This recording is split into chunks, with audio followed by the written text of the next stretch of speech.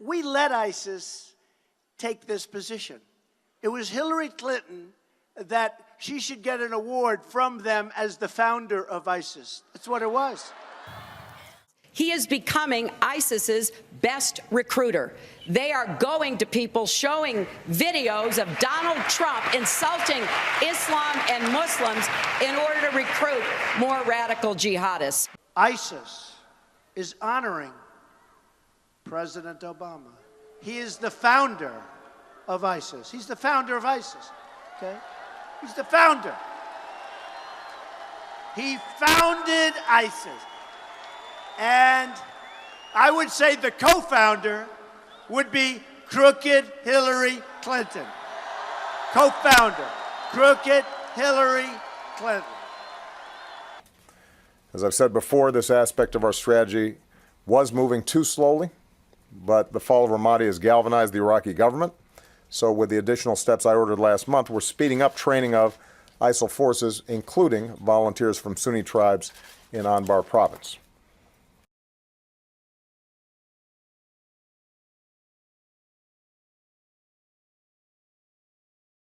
You know what? It's no different than this. She's telling us how to fight ISIS. Just go to her website. She tells you how to fight ISIS on her website. I don't think General Douglas MacArthur would like that too much. The next segment, we're continuing the subject of... Well, at least I have a plan to fight ISIS. No, you're telling the enemy everything you want to do. No, we're not. See, you're telling the enemy everything you want to do. No wonder you've been fighting. No wonder you've been fighting ISIS your entire adult life.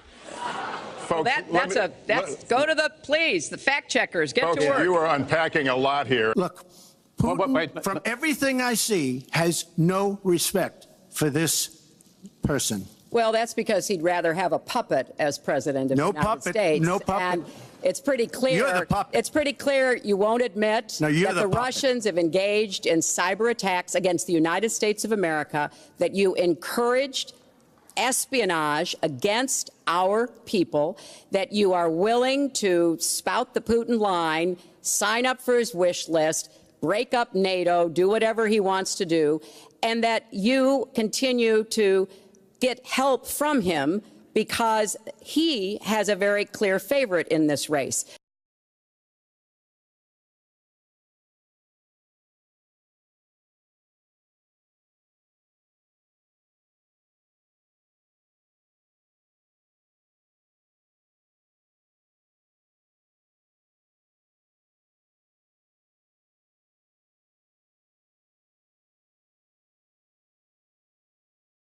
I very much look forward to dealing with the president in the future, including counsel.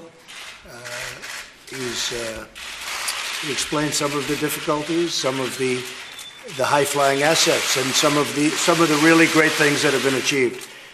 So, Mr. President, it was a great honor being with you, and I look forward to being with you many, many more times in the future. Thank you, sir.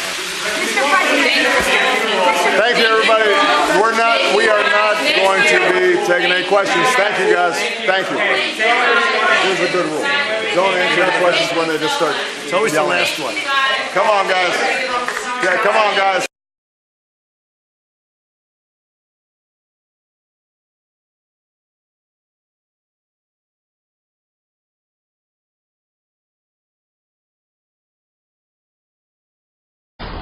Here is now another from the latest release of hacked emails from WikiLeaks.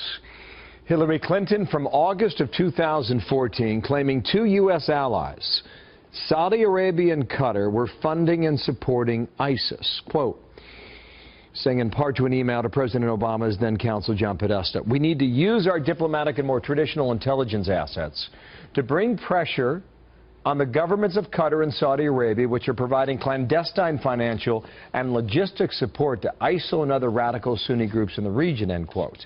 That email, it states that ISIS, is funded by Saudi Arabia and Qatar, the governments of Saudi Arabia and Qatar. Now, this is I think this is the most significant email in the whole collection. And perhaps because Saudi and Qatari money is spread all over the place, including into many media institutions. All serious analysts know, even the US government has mentioned or agreed with that some Saudi figures have been supporting ISIS, funding ISIS. But the dodge has always been that's, it's just some rogue princes using their cut of the oil money to do whatever they like, but actually the government disapproves.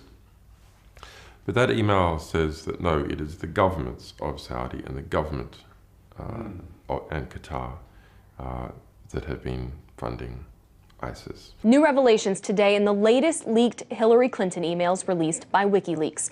In a private email exchange between Clinton and campaign manager John Podesta back in 2014, Clinton acknowledges Saudi Arabia and Qatar were providing financial and logistical support to the Islamic State. So what does this mean for future relations between the U.S. and Saudi Arabia?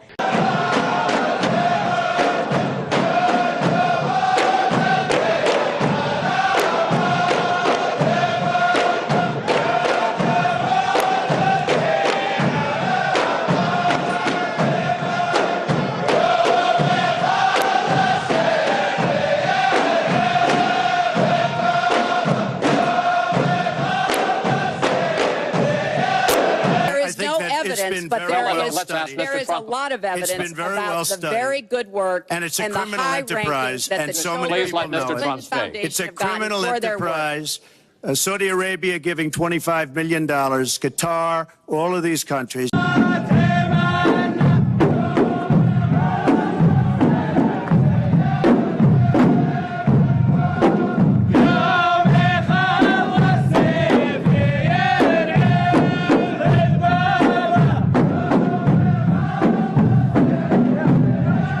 That's beautiful. That is so beautiful. So do you know any major Arab ally that embraces ISIL? I know major Arab allies who fund them.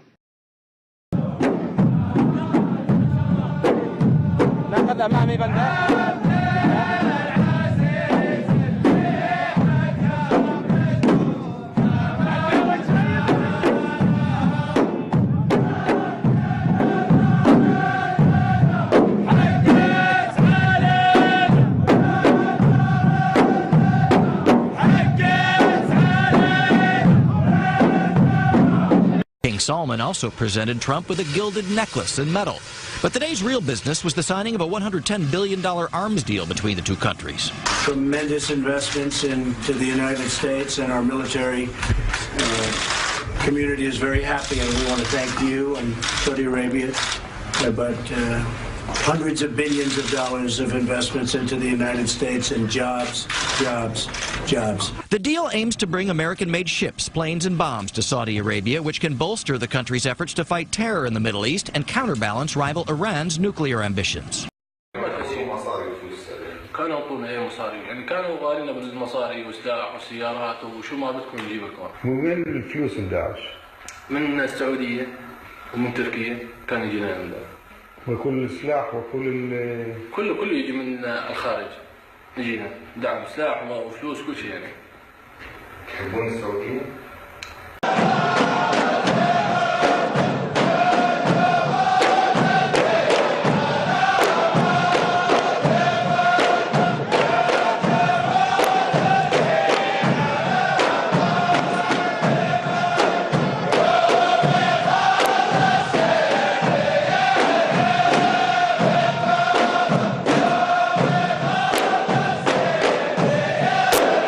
Become very good friends over a fairly short period of time. I was in Saudi Arabia in May, and we are bringing back hundreds of billions of dollars into the United States, and we understand that, and they understand that. Some of the things that have been approved and are currently under construction and will be delivered to Saudi Arabia very soon, and that's for their protection. But if you look in terms of dollars, $3 billion, $533 million, $525 million.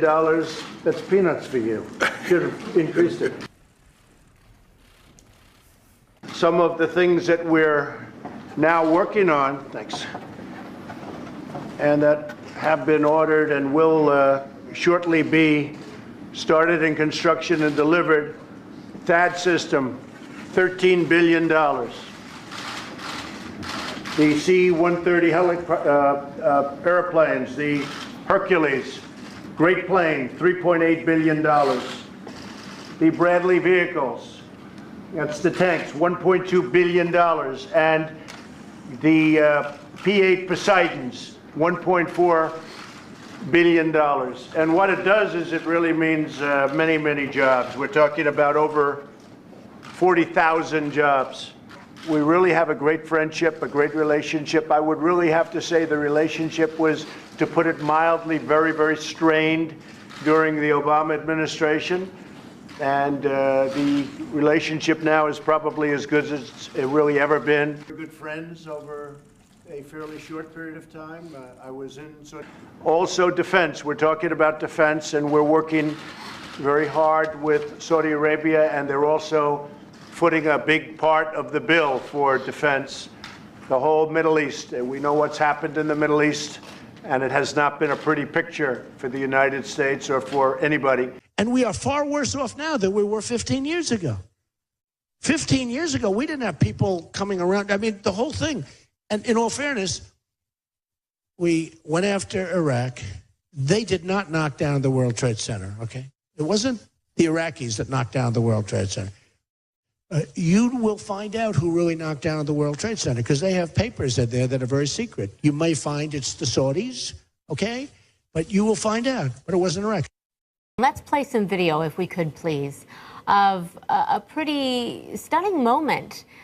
Jim was talking about the publicity of this and how much we're seeing. But do you see that that chain around, the gold necklace around the President Trump's neck there? Well, Saudi King Salman presented that to the president. It's a gold medal. The collar of Abdulaziz Al Saud is what it's called, and it's the nation's highest honor.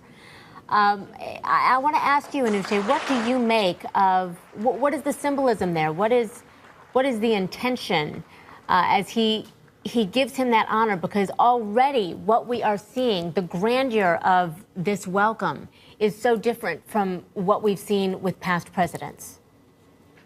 Well, I think that Donald Trump has always kind of taken a softer stance when it's come to Saudi Arabia. You know, they were left off of his famous Muslim ban list and also his executive order barring Muslim immigrants from the U.S.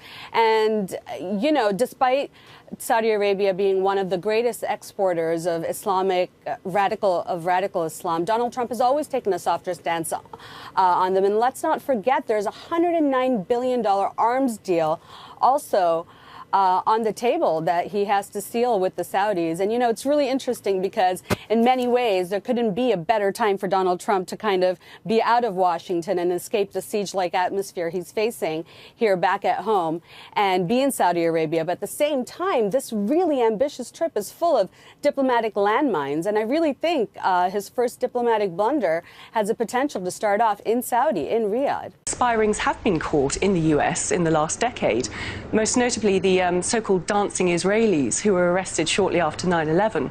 They were seen celebrating the collapse of the Twin Towers. And also the alleged art student spy ring, which was rounded up in 2002. And they, again, were supposedly Israeli Mossad agents. Now, both of these spy rings weren't prosecuted, and in fact, the stories have been quietly removed from things like Fox News websites and things. And the spies, or alleged spies, were just quietly deported back to Israel. There was no political hoo-ha, there was no media hoo-ha, and there was no prosecutions. So I think whatever happens to these alleged spies, and let's bear in mind that they are innocent until proven guilty, whatever happens to them is done for political reasons. All right, very interesting insight there indeed. Former MI5 officer Annie Machon from Dusseldorf. Thank you.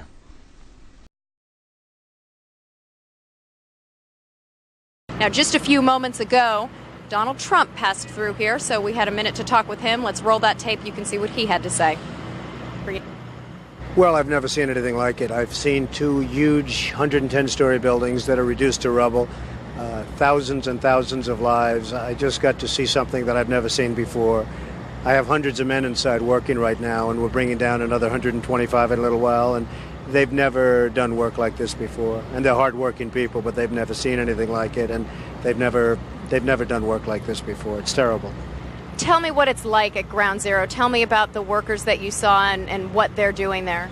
Well, not only is it devastation, but it's very dangerous because every few minutes a whistle would go off and everybody would just run because you have all the buildings around it, which are in such a weakened state that people just don't know. And so they just have to take off. And then they come back and they're working under 50-story buildings that you don't know if they're going to fall down. So it's a terrible thing for the workers, and it's a terrible thing for the world, really. How have you spoken to any of your men? Do you know how they're reacting to this? Because emotionally, this must be so incredibly difficult. Well, there are a lot of them, but they've never seen bodies like this. I mean, the bodies all over. The great thing is when they find somebody that's alive, like the 5 firemen that they just found a little while ago. So that's the great thing, and that's what they're all striving for. But generally speaking, that's not the case. That's not the case. So they are working very, very hard, but it's a very depressing situation for these folks. As you walked around and as you saw the piles of rubble, there are thousands of families out there who are hoping that someone might be in a pocket somewhere, still alive, still breathing, waiting to be dug up. As you assessed that damage from your perspective, do you believe that's possible? Well, I would certainly not want to be the one to say it's not possible. Certainly it's a tough situation, but you can't give up hope because there's always hope. I mean, the 5 men, I'm sure their families thought that they probably were gone, and now they walk in the door. A couple of them walked away after they were dug out. So there probably are some more people in there, and therefore you can't give up hope. You've had an impact on the skyline of New York. What is it like as you see it now? It's like a whole different skyline. It's like a whole different city and world. I cannot believe the sight of Lower Manhattan without the World Trade Center, and therefore we have to rebuild, not necessarily in that form, but we have to rebuild at least as good and maybe better. Just finally, can you tell me emotionally as you walked around, we've heard some of the stories from the firemen. They're so exhausted and mentally and physically. What was it like for you personally to go in and see all of what you saw? Well, it was amazing to see it. It was a very depressing scene, but I'll tell you what, you really can take heart. These firemen and policemen and the construction workers equally, the courage they have is unbelievable. I mean, they're working, digging out and lifting up steel, and above them you have 55-story buildings that are very possibly going to be pouring down on them any minute, and they're working like nothing's wrong. I mean, they're amazing. Trump, never one to shy away from controversial comments, isn't starting now. The reporters are calling all day, all night. They want to find out, did Trump make a mistake? Now, Trump is saying he watched from his Manhattan apartment as people jumped from the Twin Towers on 9/11. I have a window in my apartment that specifically was aimed at the World Trade Center because of the beauty of the whole downtown Manhattan. And I watched as people jumped, and I watched the second plane come in. While people were seen jumping from the towers that day, Trump's apartment in Midtown is roughly 4 miles from where the World Trade Center's towers stood. Many people jumped, and I witnessed it. I watched that. Trump also stubbornly defending his widely debunked claim that there were large crowds in New Jersey celebrating the day of the 9/11 attacks, pointing to a line in a Washington Post story published a week later that said law enforcement had detained people allegedly seen cheering on rooftops in Jersey City. Holding tailgate style. Tailgate. You know what that means? Tailgate. That means football games, Ohio State, thousands of people in parking lots, on roofs. While government officials and even the reporter who wrote that story say the investigation uncovered no such celebration, Trump points to his Twitter followers as evidence to the contrary. So all of a sudden, I'm getting all of these tweets. I saw it. I was there. I was this. But I saw it. I saw it. And it's so obvious, folks. We're going to have problems like you've never had before. We're being infiltrated. That's what's happening. We are being infiltrated.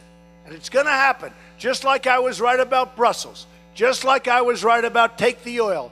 Just like I was right about Osama bin Laden. I wrote about Osama bin Laden in a book, The America We Deserve, that I wrote in the year 2000. That's 2 years before the World Trade Center came down. And people said, no way, no way. You know why? Because I watched him. I saw him. I read about him. Donald Trump continues to dominate the news cycle this week with his latest controversial statement that he saw thousands of Muslims celebrating on 9/11. The focus subsequently shifted towards if Trump mocked a New York Times writer's physical disability. But these matters are overshadowing a much greater issue that warrants exposure and proper analysis. Trump is being hailed as some sort of terrorism visionary for vaguely predicting that bin Laden would commit a large-scale terrorist attack on American soil. A BuzzFeed article published November 19, 2015, titled, "Over a year before 9/11, Trump wrote of terror threat with remarkable clarity," and MSNBC's Morning Joe covered the BuzzFeed article and reluctantly conceded to Trump's prophetic prediction. BuzzFeed dug up an old quote from Donald Trump talking about a large-scale terror attack 19 months before 9/11. In his 2000 book, The America We Deserve, Trump wrote, "I really am convinced we're in danger of the sort of terrorist attacks that will make the bombing of the 1993 Trade Center look like little kids playing with firecrackers." Trump also mentioned the mastermind of the attack, writing, quote, "One day, we're told that a shadowy figure with no fixed address named Osama bin Laden is public enemy number one, and U.S. jet fighters lay waste to his camp in Afghanistan. He escapes back under some rock, and a few news cycles later, it's on to a new enemy and a new crisis." Is this really Trump before 9/11? Have you read this? It's 2000 in his book. Are we making that? Did you make this up, Mika? So, Willie, that was 2000. In a book he wrote in the year 2000. Yeah. Well, it was published in 2000. He could have written it in 1999 for all we know. Exactly. He might have been a bit more prescient. So he basically predicted the attacks from Osama bin Laden. I wrote a book, The America We Deserve, in 2000, before the World Trade Center came down, where I said there's a guy named Osama bin Laden in my book, and we better watch him. And I saw him a couple of times on television, and a friend of mine who's in the military told me, bad guy. And I'm writing this book, and I said, there's a guy, Osama bin Laden, and we better do something about him, because he's going to go under a rock, and this is what I said in the book. And 3 years later, the World Trade Center came down with him. 2 weeks ago, I'm watching Joe Scarborough, Morning Joe, and somebody's saying, you know, Trump actually, and they had the book, they said Trump actually predicted Osama bin Laden would come in and do something very bad, World Trade Center. And he said, yeah, but when did he write it? And they looked, they said 2000. Whoa! He goes, that was before, that's unbelievable. He said that before. He's the only one that predicted it. He's the only one that predicted it. And I wasn't even in government. And I predicted. Now, who knew this was going to happen? But I would have taken that guy out just based on his threats. Trump did name bin Laden in his book, but Trump is bragging that he was the only one who predicted a bin Laden terror attack, which is patently false. Here's talk radio show host Alex Jones from Infowars.com on July 25th, 2001. Tyranny is enveloping the globe, and the United States is a shining jewel the globalists want to bring down, and they will use terrorism as the pretext to get it done. And I want you to let them know that if there is any terrorism, we know who to blame. If any terrorism comes, it's from this government. And if there was an outside threat like a bin Laden, who was a known CIA asset in the 80s, running the Mujahideen war, and whose family builds all the military bases over in Saudi Arabia right now, he's the boogeyman they need in this Orwellian phony system.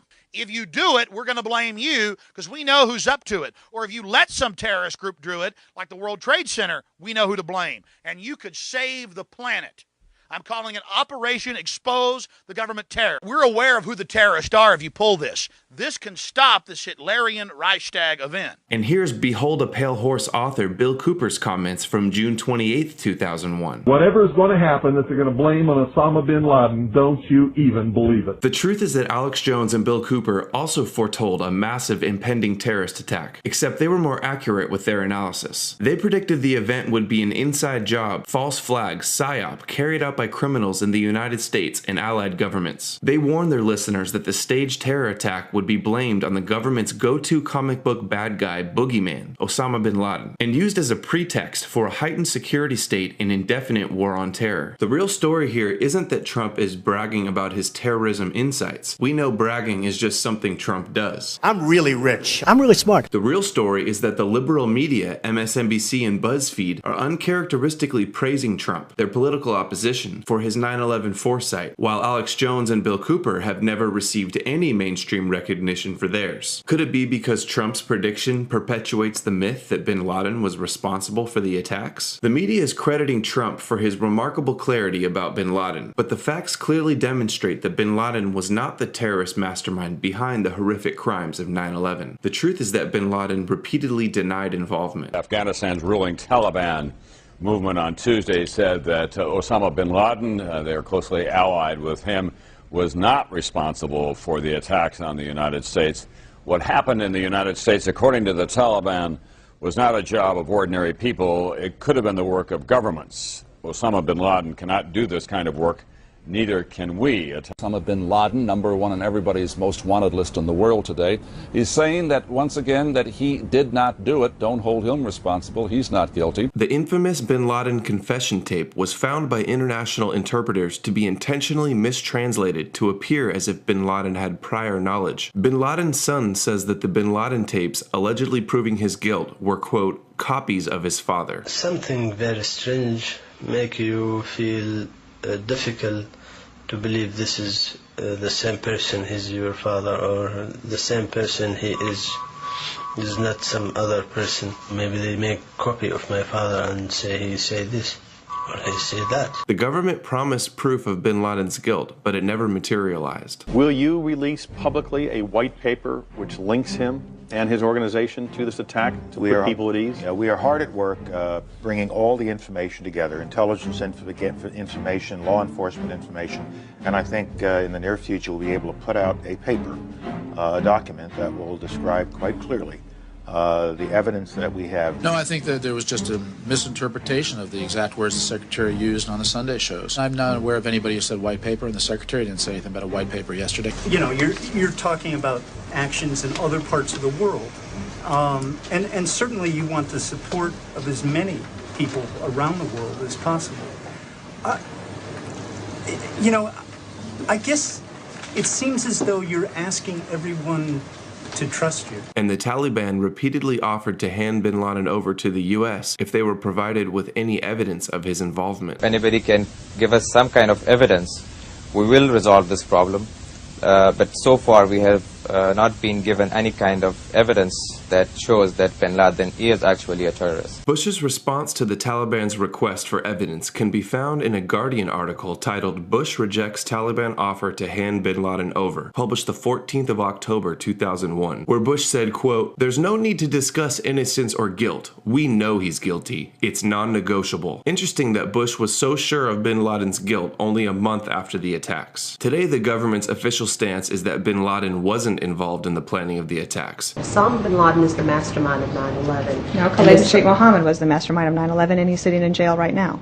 They now blame Khalid Sheikh Mohammed as the mastermind behind the attacks because he allegedly confessed to 9/11 and 28 other plots after being relentlessly tortured by CIA interrogators at a secret black site where he was deprived of sleep and kept standing for over a week and waterboarded 183 times. I say allegedly confessed because the CIA illegally destroyed the audio and video recordings of the interrogations, creating a scenario so unbelievable even former top CIA official in the Middle East, Bob Baer, said, quote, "The conspiracy theorists are going to have a field day with this." Jesse Ventura was right when he said, "We got the supposed confessor to it, who they waterboarded 180 times to get the confession. Got news for you, peers. If they waterboarded you 180 times, you'd confess to it." The bin Laden myth concluded in 2011 when we were told he was murdered without trial in a black ops raid and his body was dumped at sea with no evidence of his capture provided to the public. Several years later, the government released OBL's alleged book collection, which was interestingly full of 9/11 truth and various other conspiracy books. Why would the 9/11 mastermind spend his time researching 9/11 related conspiracies? Wouldn't they just be a complete waste of time for bin Laden if he really did it? Either he was interested in learning why millions of people don't believe he was culpable, or he was trying to understand who set him up and how they did it. Considering the fact that he repeatedly denied responsibility and had no incentive to commit such a crime, I would argue it was the latter. The most likely scenario is that bin Laden was trying to assemble the puzzle pieces like the rest of the 9/11 truth movement. Whenever you investigate a crime, you always look for motive and who benefited. Bin Laden and the Taliban suffered terrible consequences from 9/11, whereas the military-industrial complex reaped enormous benefits. The reality is Trump only fell for the psyop that bin Laden would commit a large-scale attack on American soil. And it wasn't that hard because the writing was on the wall. We're backing people, rebels. You know, they call them the rebels, the freedom rebels, they have all these glamorous names, right?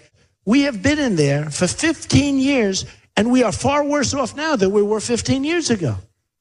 15 years ago, we didn't have people coming around. I mean, the whole thing. And in all fairness, we went after Iraq. They did not knock down the World Trade Center, okay? It wasn't the Iraqis that knocked down the World Trade Center. You will find out who really knocked down the World Trade Center because they have papers in there that are very secret. You may find it's the Saudis, okay? But you will find out. But it wasn't Iraq.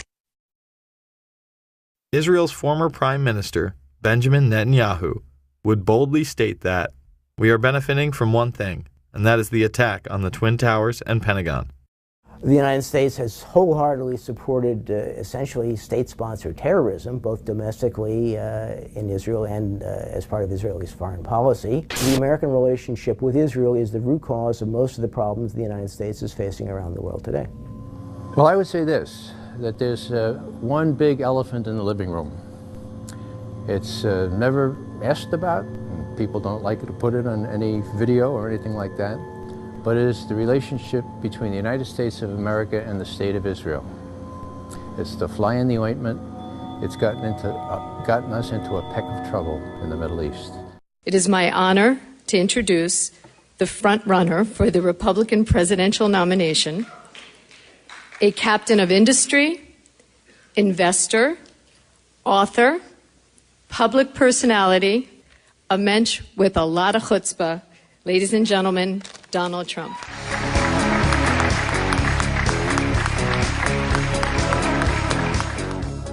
I grew up in Brooklyn, Queens, and Israel was always very paramount in our mind. It's an honor to be with you, and I've devoted so much time over my life to Israel. And the other politicians, they can talk, but believe me, they haven't done what I've done. I've received many, many awards. I was the Grand Marshal of the Israeli Day Parade at a very dangerous time when people said, don't do it, don't do it. Hillary Clinton, is she a friend of Israel? Whether she is or not, she doesn't have the strength or the energy to help Israel. I'm telling you, she doesn't. Israel needs more than just our support. They need strength. They need real power behind that.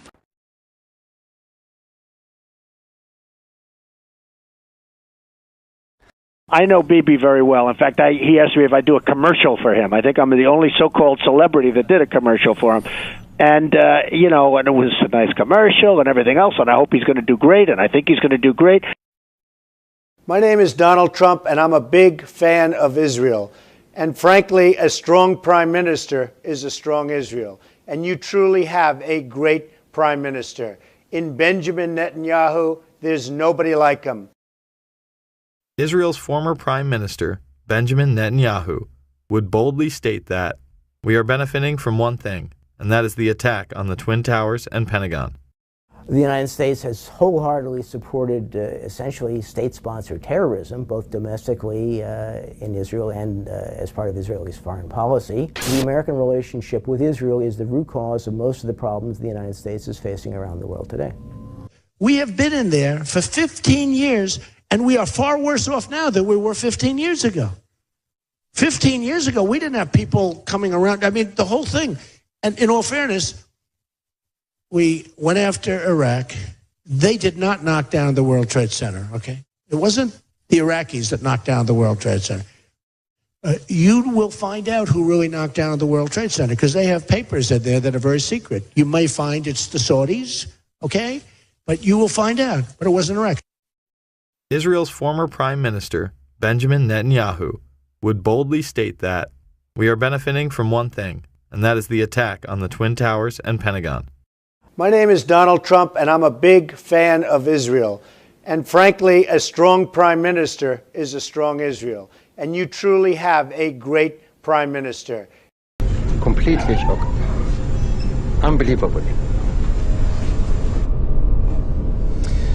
Right, that's the view from the Palestinian side. Joining me now here in the BBC World studio is the former Israeli Prime Minister Ehud Barak, who's in London at the moment. Mr. Barak, welcome to BBC World. First, your reaction, having heard what's happened. At least 4 planes have been hijacked, and there may be more. The world will not be the same from today on. I don't know who is responsible. I believe we will know in 12 hours. Bin Laden sits in Afghanistan. There is a source of who else terror. do you identify, though? Because we're not saying he's responsible for this necessarily. No, we don't say that he's responsible. Every simple step, crossing borders or going on a plane or on a ship, will become more complicated. It's a time to launch a operational, concrete war against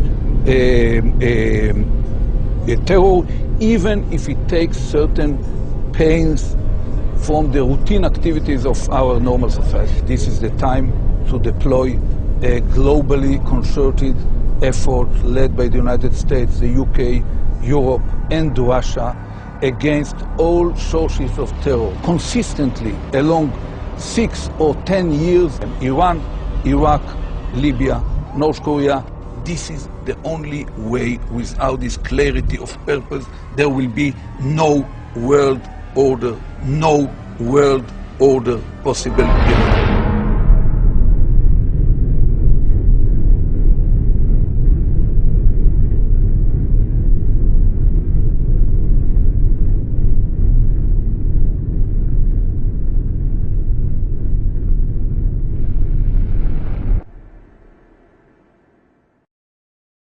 We're speeding up training of ISIL forces. We will defeat radical Islamic terrorism, just as we have defeated every threat we've faced at every age and before. Donald Trump staying on teleprompter and on message, outlining a 3-pronged plan to destroy ISIS. If I become president, the era of nation building will be brought to a very swift and decisive end. Trump promising to work with any country to fight terrorism and backing down from his previous plan to back away from NATO. Since my comments, they have changed their policy and now have a new division focused on terror threats. Very good. Very, very good. I also believe that we could find common ground with Russia in the fight against ISIS. Can I just draw your attention first to the opening part of that statement from President Trump? He said, "My fellow Americans, on Tuesday, Syrian dictator Bashar al-Assad launched a horrible chemical weapons attack on innocent civilians." It's a statement of fact. It's a statement, a misstatement of non-fact. We don't know. What's needed is an investigation, because there are 2 possibilities for what happened. One is the American version, that Assad dropped chemical weapons on this locality. The other version is that an ordinary bomb was dropped and it hit a munitions dump. The jihadis were storing chemical weapons. We don't know which of these 2 possibilities is the correct one. Remember the run-up to Iraq. The experts, the intelligence agencies, the politicians were convinced that Saddam had weapons of mass destruction. They produced reams of evidence, photographs, diagrams. It was all wrong. It was all wrong. It's possible that they're wrong in this instance as well, that they are just looking for a pretext to attack Syria. And let's not deceive ourselves. What has happened makes more use of chemical weapons more likely, not less. Well, the sentiment that you're talking about there chimes most amongst international reaction to what happened, the chemical attack, with what Russia is saying. You chime most with them. We heard from Michael Fallon, the Defense Secretary. He is convinced by the evidence sufficient that he backs this action. Why is it then that you are, if you like, a relatively lone voice? I don't leave my brains at the door when I examine a situation analytically. I try to be objective, and based on previous experience, including Iraq, we can see that we cannot take at face value what the so-called intelligence experts tell us, not when they have an agenda. But come back to the main point, that it's not going to end here, and we are likely, Britain, to be dragged into it, because Trump has just given the jihadis 1,000 reasons to stage fake flag operations, seeing how successful and how easy it is with a gullible media to provoke the West into intemperate reactions. They will very likely stage an operation similar to what they did, and this was documented by the United Nations in August last year. They mounted a chlorine gas attack on civilians, and they tried to make it look like it was a regime operation. This, mark my words, you're hearing it here, and it will happen, and we'll get all the warmongers coming to tell us that Assad is defying us and we must go in more heavily into Syria. This will be fake flag.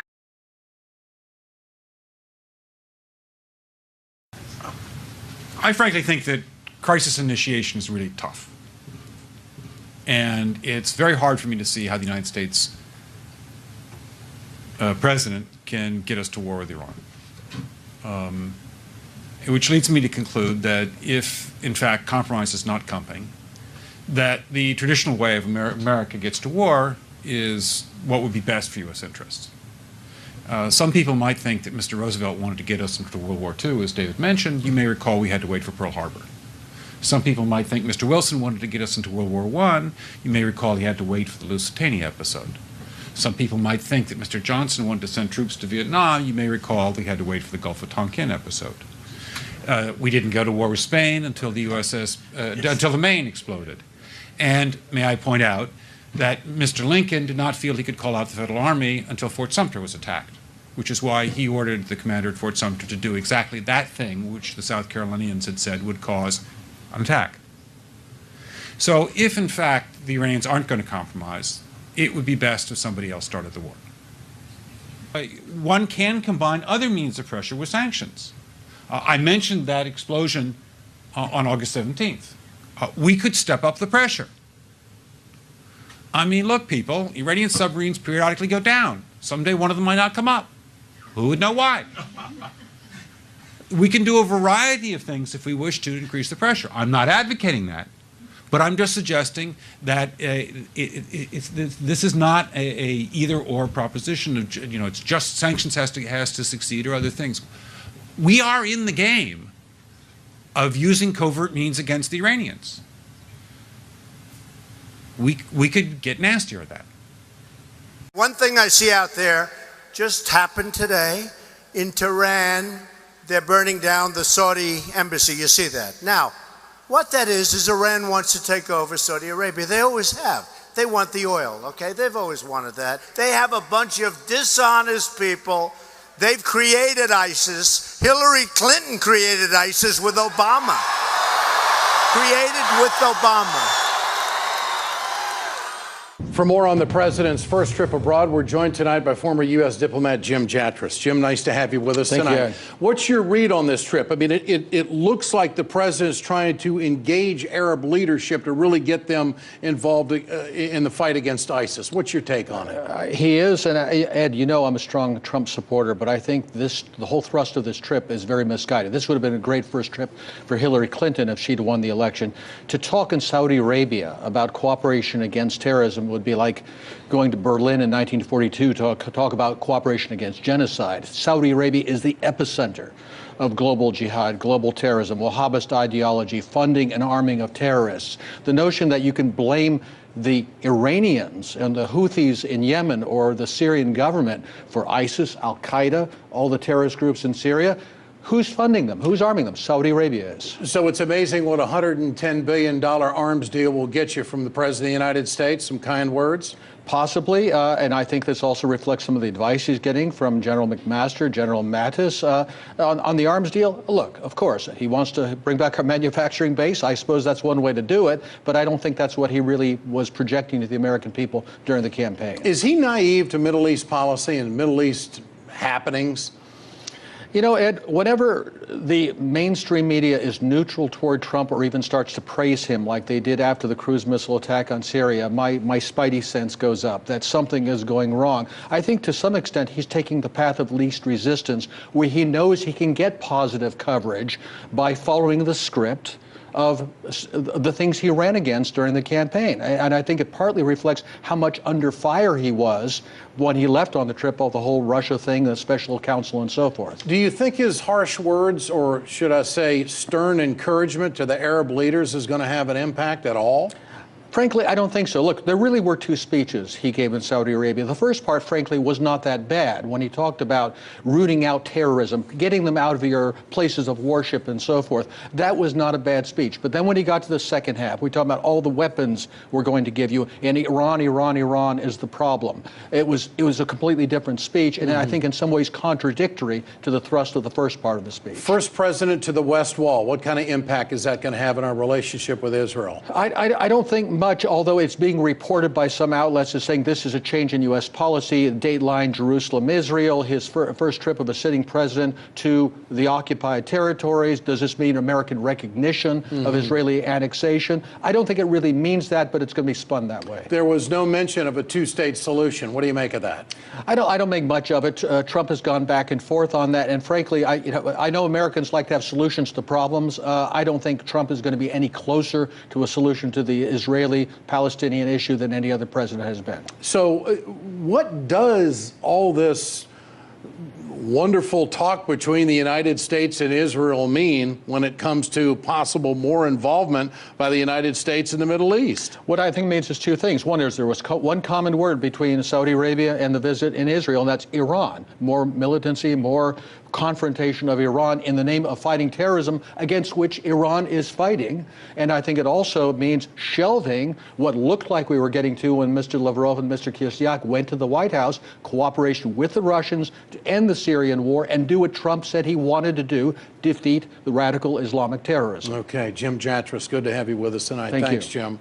In another important story tonight, ISIS has claimed responsibility for a pair of attacks that occurred today in Tehran. At least 12 were killed in what's believed to be the first time that ISIS has struck inside Iran. Mark Phillips is following this. The targets were chosen for maximum exposure and symbolic value.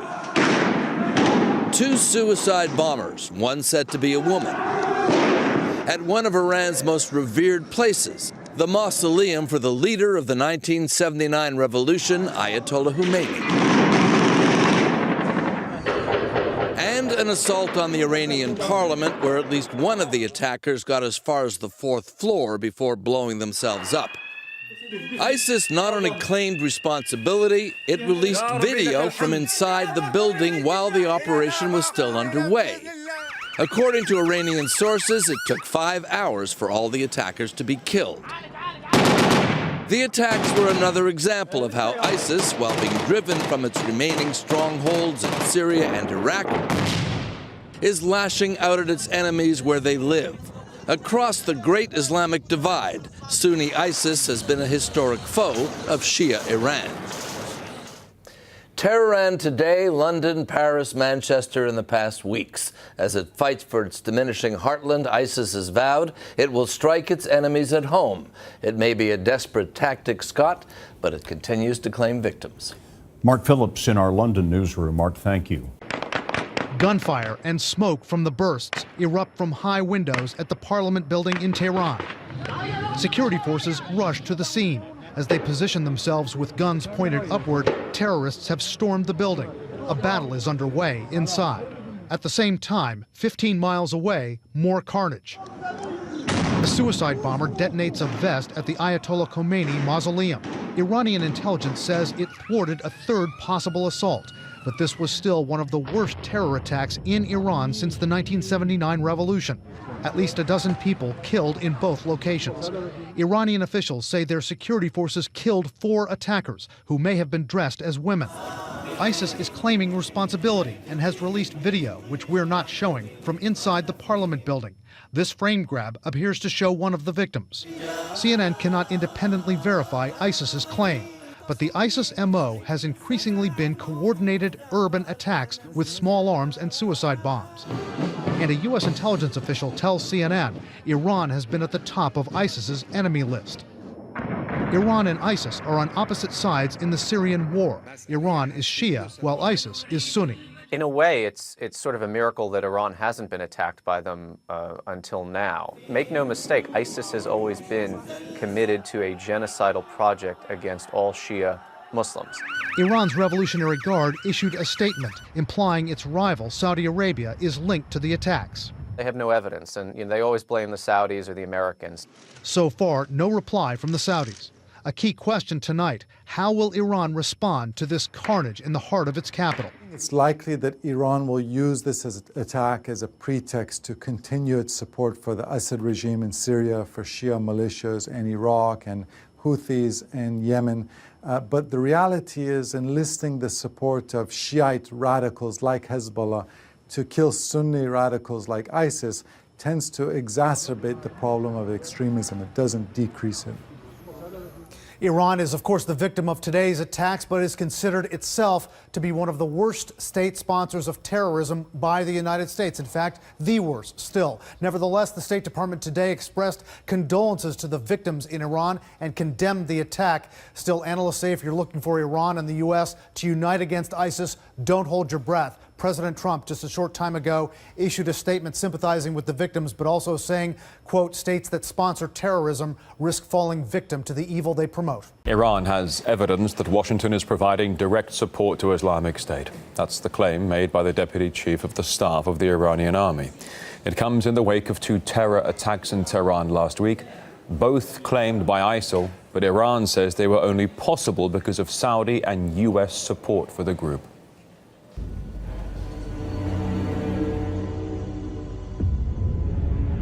این فیلم را نخستین بار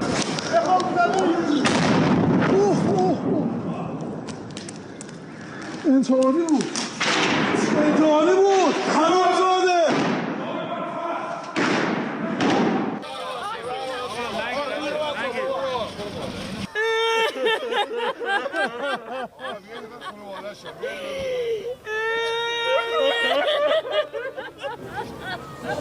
Both Riyadh and Washington have denied any links to the terror attacks, but Iran is not convinced. The country's supreme leader went further, saying the attacks would increase hatred towards Saudi Arabia and the United States. Well, the U.S. president has weighed in on the issue. He released a statement expressing his condolences over the deadly attacks, but in the very same message said that that's what happens with states who sponsor terrorism. It is a criticism he's made before. For decades, Iran has fueled the fires of sectarian conflict and terror, threatening the region and causing so much violence. All nations of conscience must work together to isolate Iran. There is a growing realization among your Arab neighbors that they have common cause with you in the threat posed by Iran, and it is indeed a threat. There is no question about that. We discussed the so-called blame game between Iran and America with Middle East expert Catherine Shackdam. She thinks things have gone too far.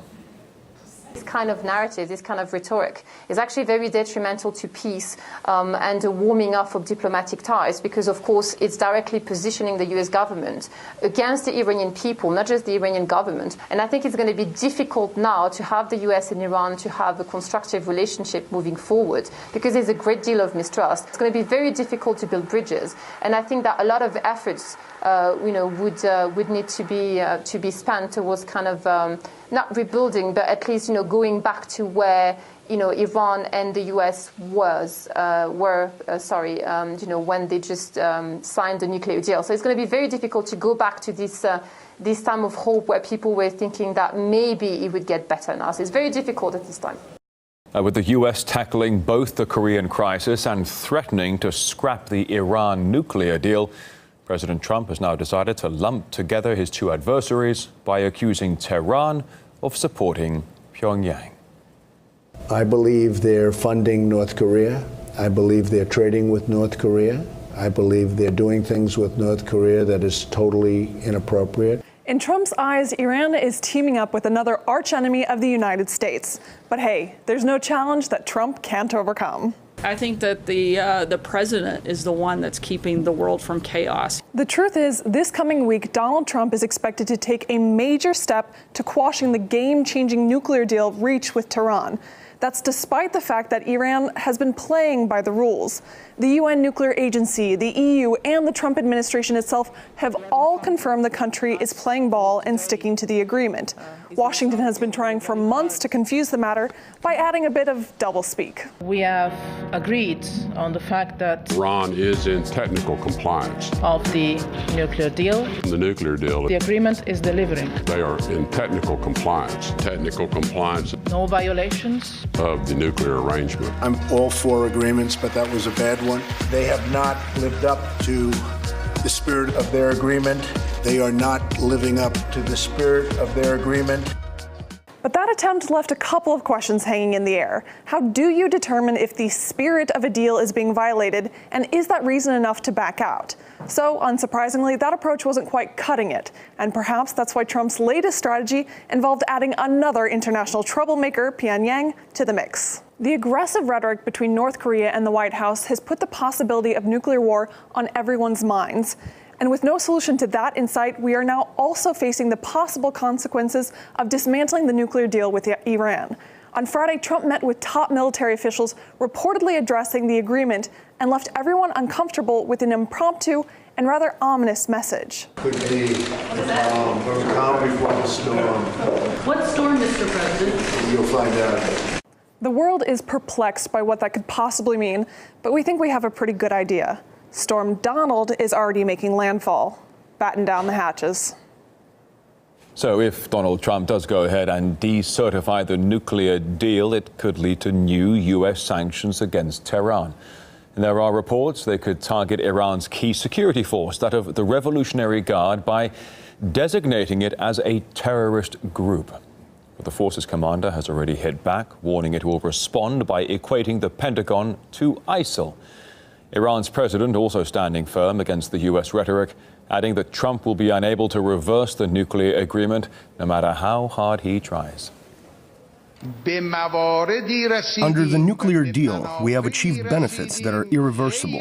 Nobody can roll them back, neither Mr. Trump nor 10 other Trumps. Those benefits are irreversible.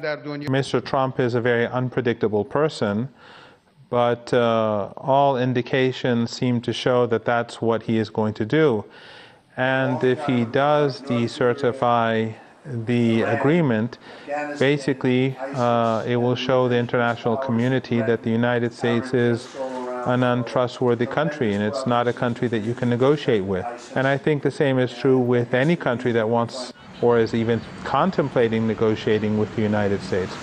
So the United States hurts itself more than anyone else. And if it wishes to increase sanctions on Iran, then I think the Iranians will find the means to retaliate. Meanwhile, we continue to ramp up our training and support of local forces that are fighting ISIL on the ground.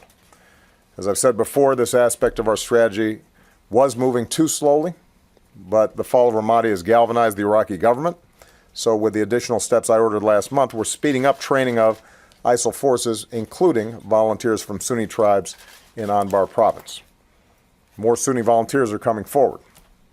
Some are already being trained, and they can be a new force against ISIL.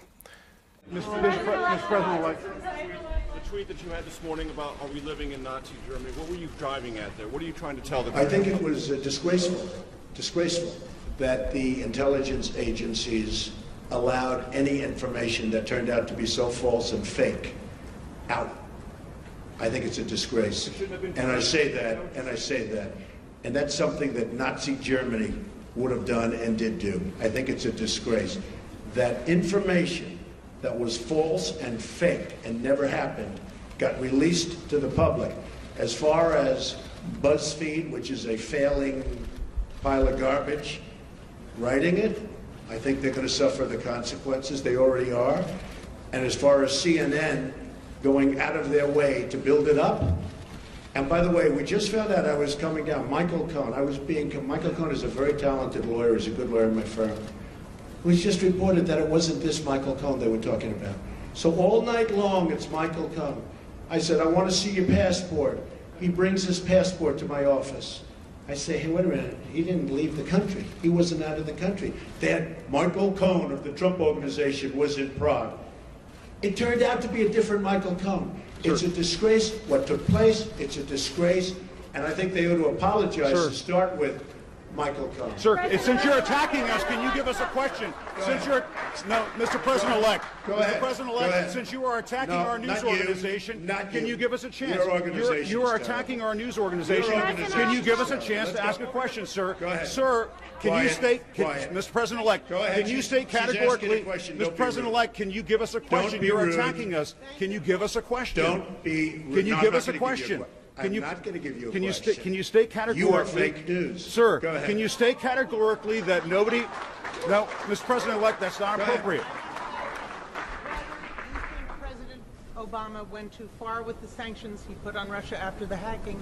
Do you think they're I don't say he went disproportionate? too far. And what will you roll them back? And what do you think of Lindsey Graham's plan to send you a bill for tougher ones? Plans to send me a bill for what? For tougher sanctions. I hadn't heard Lindsey Graham was going to do that. Lindsey Graham. I've been competing with him for a long time. He's going to crack that 1% barrier one day.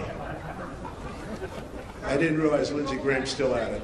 It's all right. I think Lindsey Graham's a nice guy, actually. I've heard that he's a nice guy, and I've been hearing it. Yeah, go ahead. Go ahead. You've been waiting. Go ahead. As far as we understand, the intelligence community... Stand up, please. Yeah, Ian Pannell from BBC News. Ian Pannell from BBC News. BBC News, it's another News. beauty. Yeah, thank you. Thank you. As far as we understand it, the intelligence community are still looking at these allegations. It's false news, as you describe it. If they come back with any kind of conclusion that any of it stands up, that any of it is true, will you consider your position? Would you think There's about nothing it? they can come back with. Over here. Can you ahead. this decision to publish fake news and all the problems that we've seen throughout the media over the course of the election? What reforms do you recommend for this industry here? Well, I don't recommend reforms. I recommend people that have some moral compass. I've been hearing more and more about a thing called fake news, and they're talking about people that go and say all sorts of things. But I will tell you, some of the media outlets that I deal with are fake news, more so than anybody. I could name them, but I won't bother. But you have a few sitting right in front of us. So they're very, very dishonest people. But I think it's just something we're going to have to live with. I guess the advantage I have is that I can speak back. When it happens to somebody that doesn't have